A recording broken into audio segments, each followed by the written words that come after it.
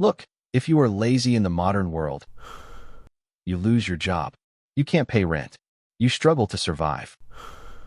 But what if you were lazy 20,000 years ago? If you refused to hunt? If you refused to gather berries? What did the tribe do to you?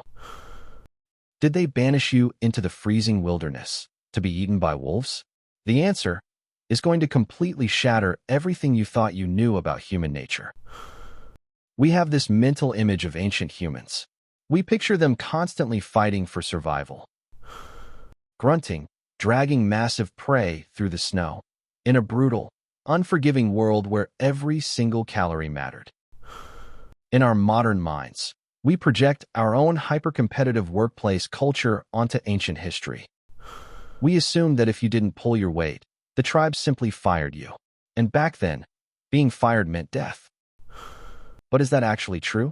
Let me ask you this. Do you think human survival was really built on ruthlessness? Let me know what you think down in the comments. Because the archaeological evidence tells a completely different story. Let's travel back to the Pleistocene epoch.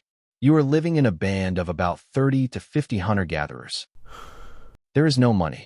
There is no concept of a job. There is no boss watching the clock. There is only the tribe and the environment. Now, imagine there's a guy in your tribe. Let's call him OG. Every morning, when the hunting party grabs their spears and heads out to track a mammoth, OG just rolls over on his animal skin and goes back to sleep.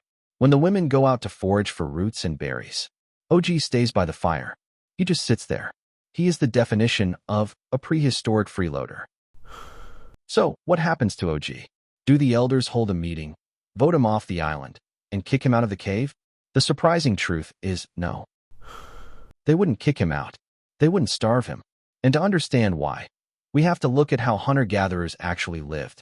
First of all, we need to bust a massive myth about ancient human life.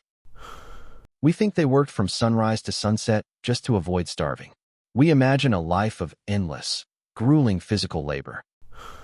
But anthropologists who study modern hunter-gatherer societies, like the Hadza in Tanzania or the Sand people in the Kalahari, found something shocking.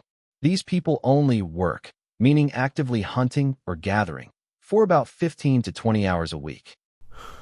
That is less than a part-time job today.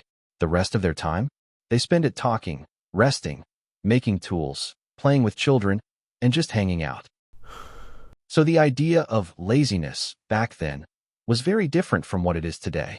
In a society where almost everyone has massive amounts of free time, sitting around the fire wasn't seen as a moral failure.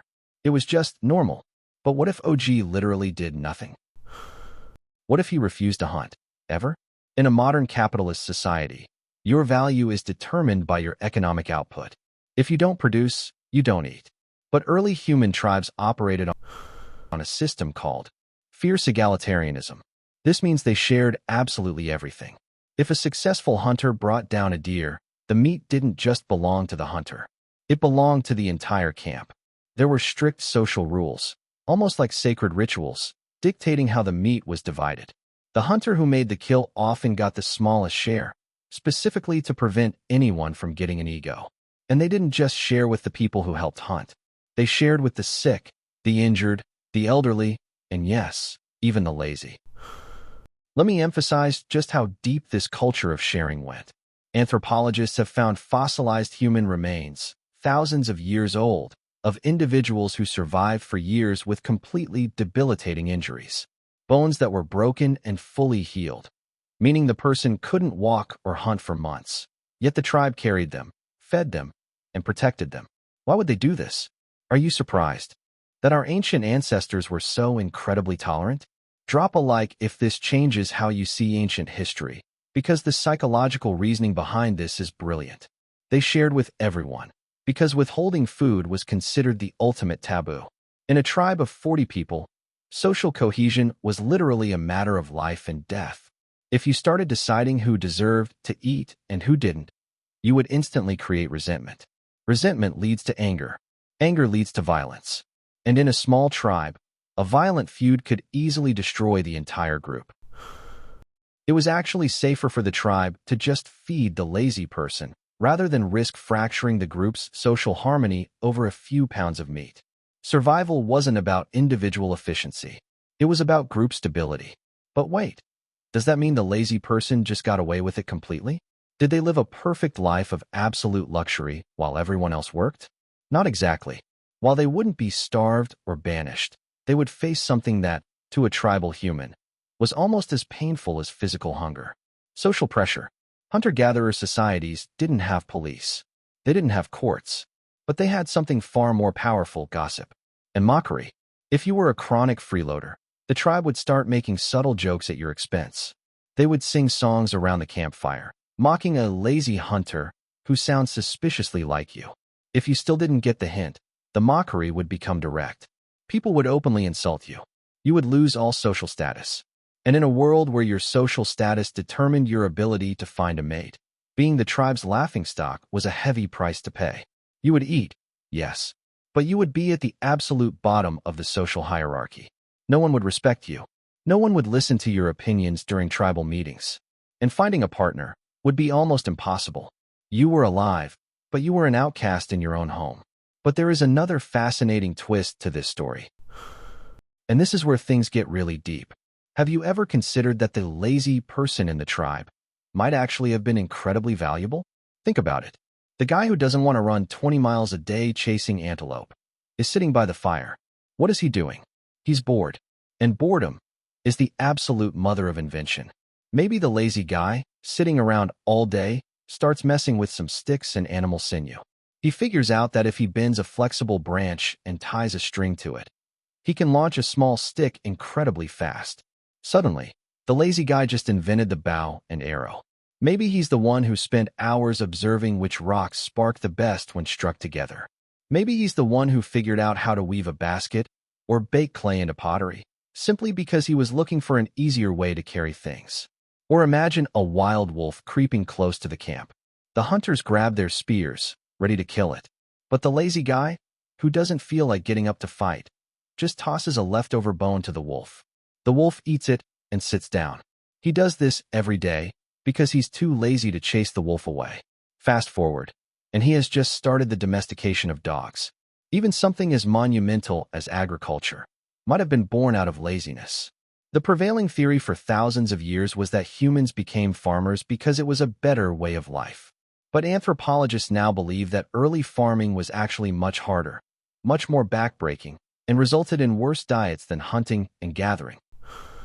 So why did we start farming? Maybe some lazy foragers realized that if they just scattered seeds near their camp, they wouldn't have to walk as far next season to gather wild grain. They didn't want to hike for hours every day, so they brought the food to them.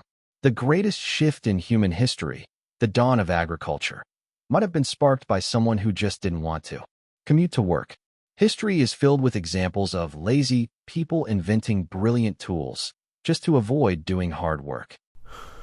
As Bill Gates famously said, he would always choose a lazy person to do a hard job, because a lazy person will find an easy way to do it. Innovation is often driven by a desire to expend less energy. If this resonates with you, if you find human psychology and our ancient past as fascinating as I do, hit that subscribe button right now. We dive into the deep truths of human history every single week, and you won't want to miss what we cover next. So, the next time you feel guilty for taking a rest day, or the next time someone calls you lazy, remember our ancestors. The tribe didn't survive because every single person was a relentless, hyperproductive machine. The tribe survived because they were a community. They supported the weak. They carried the injured. They cared for their elders. They shared their food without asking for a receipt. And yes, they even tolerated the lazy. Our success as a species didn't come from ruthless competition or savage survival of the fittest. It came from our radical, almost irrational capacity for cooperation. And maybe, the person who spent all day staring at the clouds, the person who refused to join the hunting party, was exactly the person the tribe needed when it came time to understand the seasons, predict the rain, or tell the stories that bound them all together around the fire. The lazy person didn't get kicked out to be eaten by wolves. They were fed, they were protected, and sometimes their desire to avoid hard work was exactly what pushed the tribe into the future. Thanks for watching. See you in the next one.